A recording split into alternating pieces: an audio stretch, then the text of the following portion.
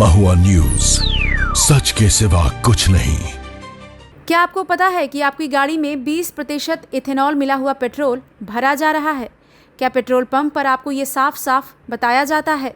और अगर आपकी कार या बाइक पुरानी है तो क्या वो E20 पेट्रोल के लिए बनी भी है या नहीं?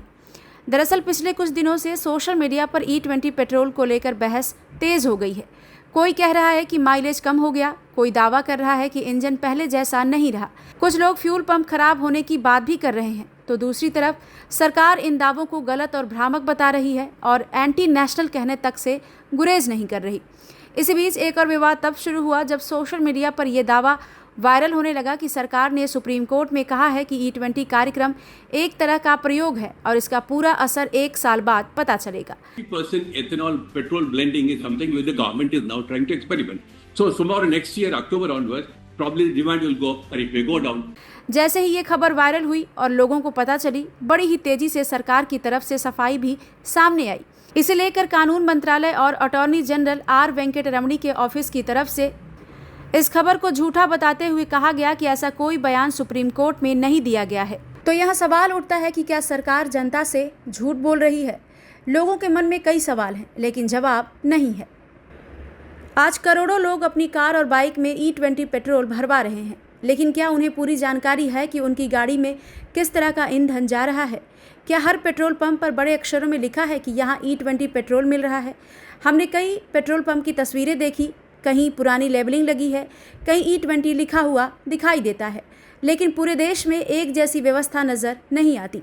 अगर आप जर्मनी के किसी पेट्रोल पंप पर जाएंगे तो वहाँ साफ साफ लिखा मिलेगा कि कौन सा पेट्रोल E5 है और कौन सा E10 और किस वाहन में कौन सा ईंधन इस्तेमाल करना चाहिए। यानी ग्राहक के पास जानकारी भी है और कई मामलों में विकल्प भी। अब भारत की बात करते हैं। सबसे पहले समझिए कि E20 आखिर है क्या। E20 का मतलब है 80% पेट्रोल और 20% इथेनॉल। इथेनॉल एक तरह का बायोफ्यूल है जिसे गन्ने, मक्का और दूसरे कृषि उत्पादों से बनाया जाता है। सरकार का कहना है कि इससे भारत की विदेशी कच्चे तेल पर निर्भरता कम होगी, किसानों को फायदा होगा, प्रदूषण कम होगा और देश की ऊर्जा सुरक्षा भी मजबूत होगी। दरअसल भारत में इथेनॉल मिलाने की शुरुआत आज नहीं हुई। करीब 2 दशक पहले इसकी शुरुआत बहुत कम मात्रा से हुई थी। पहले 1 से 2% तक इथेनॉल मिलाया जाता था। धीरे धीरे इसकी मात्रा बढ़ती गई। फिर E10 आया और अब सरकार ने E20 लागू कर दिया है। सरकार का कहना है कि ये लक्ष्य तय समय से पहले हासिल कर लिया गया है, लेकिन जैसे जैसे इथेनॉल की मात्रा बढ़ी वैसे वैसे सवाल भी बढ़ते गए। सबसे बड़ा सवाल ये है कि क्या भारत की सड़कों पर चल रही सभी गाड़ियां E20 के लिए तैयार हैं? यहीं से पूरी बहस शुरू होती है, क्योंकि भारत में करोड़ों कारें और बाइक ऐसी हैं जो कई साल पहले खरीदी गई थी। सोशल मीडिया पर कई लोग दावा कर रहे हैं कि मार्च 2023 से पहले बनी कुछ गाड़ियों के मैनुअल में लिखा है कि 10% से ज़्यादा इथेनॉल वाला ईंधन इस्तेमाल नहीं करना चाहिए। कुछ यूज़र मैनुअल में ये भी लिखा गया है कि अगर निर्धारित सीमा से अधिक इथेनॉल वाला ईंधन इस्तेमाल किया गया और उससे नुकसान हुआ तो वारंटी प्रभावित हो सकती है। हालांकि नई E20 कंपैटिबल गाड़ियों को अलग तकनीक के साथ डिज़ाइन किया गया है। यहीं पर एक और शब्द सामने आता है, फ्लेक्स फ्यूल व्हीकल, यानी ऐसी गाड़ी जो E20 ही नहीं बल्कि E85 जैसे ज़्यादा इथेनॉल वाले ईंधन पर भी चल सके। भारत में ऐसी गाड़ियां अभी बहुत कम है, लेकिन सरकार आने वाले समय में इन्हें बढ़ावा देना चाहती है। अब सवाल ये है कि अगर देश में ज़्यादातर गाड़ियां अभी भी पुरानी हैं तो क्या E20 लागू करने से पहले उनकी तैयारी पूरी थी? यही सवाल सोशल मीडिया पर सबसे ज़्यादा पूछा जा रहा है। अब बात करते हैं उन सवालों की जिनकी वजह से E20 पेट्रोल को लेकर बहस और भी तेज़ हो गई है। साल 2021 में SIM यानी society of Indian automobile manufacturers ने नीति आयोग को एक अहम सुझाव दिया था। SIM ने कहा था कि अगर सरकार E20 पेट्रोल लागू करना चाहती है तो उसे लागू किया जाए, लेकिन E10 पेट्रोल का विकल्प भी कुछ समय तक जारी रखा जाए। इस सुझाव के पीछे वजह भी बताई गई थी। SIM का कहना था कि भारत में बड़ी संख्या में ऐसी कारें और बाइक चल रही हैं जो E10 के हिसाब से डिज़ाइन की गई हैं। अगर अचानक सिर्फ E20 उपलब्ध होगा तो पुराने वाहनों के मालिकों के सामने परेशानी आ सकती है। इस सुझाव का जिक्र नीति आयोग की रिपोर्ट में भी मिलता है, लेकिन 1 अप्रैल 2026 से देश भर में E20 पेट्रोल की बिक्री लागू कर दी गई। यहीं से लोगों के मन में सवाल उठने लगे, क्या सभी वाहन मालिकों को ये जानकारी दी गई? क्या पेट्रोल पंप पर साफ लिखा गया कि अब यहाँ E20 पेट्रोल मिल रहा है? क्या लोगों को कोई दूसरा विकल्प दिया गया? इन सवालों पर बहस अभी भी जारी है। इसी बीच सोशल मीडिया पर कई वीडियो भी वायरल होने लगे। कुछ लोगों ने दावा किया कि उनकी कार का माइलेज कम हो गया। कुछ ने कहा कि इंजन पहले जैसा स्मूथ नहीं रहा। कुछ लोगों ने फ्यूल पंप खराब होने का दावा भी किया। दिल्ली कांग्रेस के उपाध्यक्ष मुदित अग्रवाल ने भी सोशल मीडिया पर अपनी स्कोडा कार का अनुभव साझा किया। उन्होंने दावा किया कि उनकी कार सड़क पर बंद हो गई। बाद में सर्विस सेंटर ले जाने पर उन्हें बताया गया कि फ्यूल सिस्टम में समस्या है। लेकिन यहाँ एक बात समझना बहुत ज़रूरी है, ये व्यक्तिगत दावे हैं। इनसे ये निष्कर्ष नहीं निकाला जा सकता कि देश भर की सभी गाड़ियों में E20 की वजह से यही समस्या हो रही है। सरकार का पक्ष इससे बिल्कुल अलग है। 23 जून 2026 को केंद्र सरकार ने कहा कि E20 कार्यक्रम वैज्ञानिक परीक्षणों और विशेषज्ञों की सलाह के बाद लागू किया गया है। सरकार का कहना है कि अब तक बड़े पैमाने पर कारों या बाइक के खराब होने की शिकायतें नहीं मिली हैं। सरकार ने यह भी कहा कि सोशल मीडिया पर वायरल कई वीडियो भ्रामक हैं और उनमें किए गए कई दावों की पुष्टि नहीं हुई है। यानी एक तरफ सोशल मीडिया के दावे हैं, दूसरी तरफ सरकार का आधिकारिक पक्ष। अब सवाल ये है कि आखिर दुनिया के दूसरे देश क्या कर रहे हैं? सरकार अक्सर ब्राज़ील और जापान का उदाहरण देती है। ब्राज़ील में कई सालों से E85 तक का इस्तेमाल हो रहा है, लेकिन यहाँ एक फ़र्क समझना ज़रूरी है। ब्राज़ील में बड़ी संख्या में फ्लेक्स फ्यूल व्हीकल पहले से मौजूद हैं, यानी वहाँ की गाड़ियाँ शुरू से ही ऐसे डिज़ाइन की गई हैं कि वो अलग अलग अनुपात वाले इथेनॉल मिश्रित ईंधन पर चल सकें। भारत में ये तकनीक अभी शुरुआती दौर में है। हाल ही में कुछ कंपनियों ने फ्लेक्स फ्यूल मॉडल पेश किए हैं, लेकिन उनकी संख्या अभी बहुत कम है।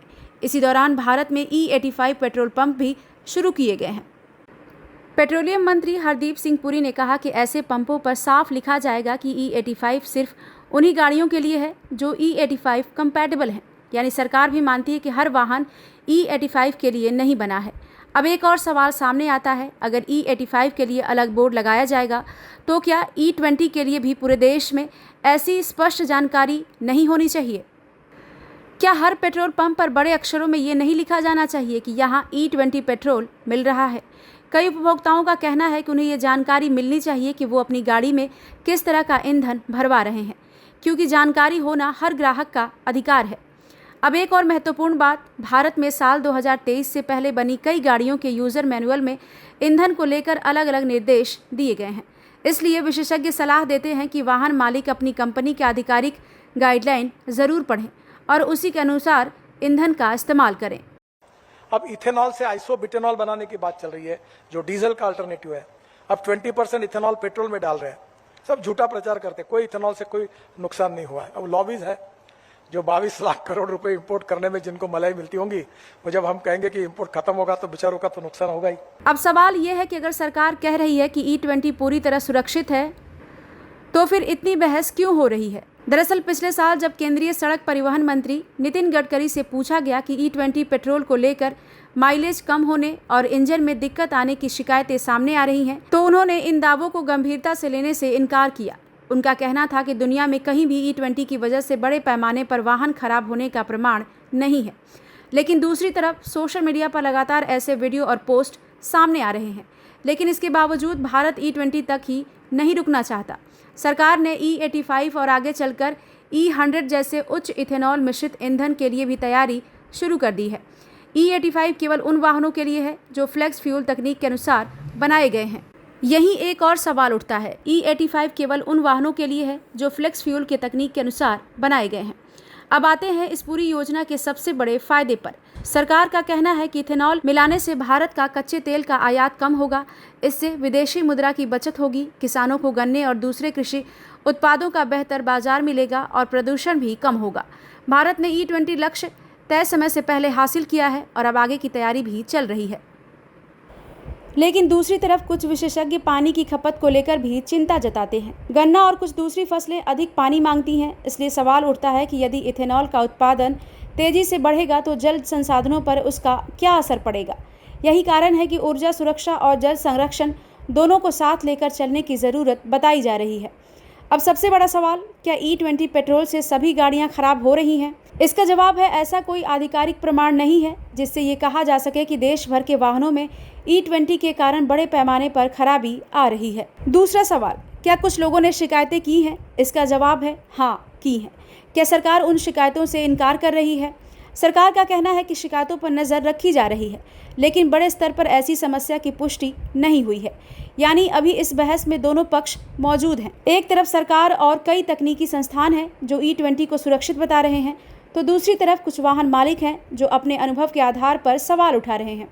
ऐसे में सबसे ज़रूरी बात यह है कि वाहन मालिक अपनी गाड़ी के निर्माता की सलाह देखें, यूज़र मैनुअल पढ़ें और किसी भी तकनीकी समस्या की स्थिति में अधिकृत सर्विस सेंटर से ही जांच कराएं। और सरकार के लिए भी ये ज़रूरी है कि लोगों के मन में उठ रहे सवालों के जवाब पारदर्शी तरीके से दिए जाएं। अगर हर पेट्रोल पंप पर साफ जानकारी होगी, अगर लोगों को उनकी गाड़ी की अनुकूलता के बारे में स्पष्ट बताया जाएगा और अगर शिकायतों का स्वतंत्र अध्ययन सार्वजनिक किया जाएगा, तो ये बहस काफ़ी हद तक ख़त्म हो सकती है। अब जनता ये माने या ना माने, फिलहाल तो E20 भारत की ऊर्जा नीति का अहम हिस्सा बन चुका है। ब्यूरो रिपोर्ट, महुआ न्यूज़। महुआ न्यूज, सच के सिवा कुछ नहीं।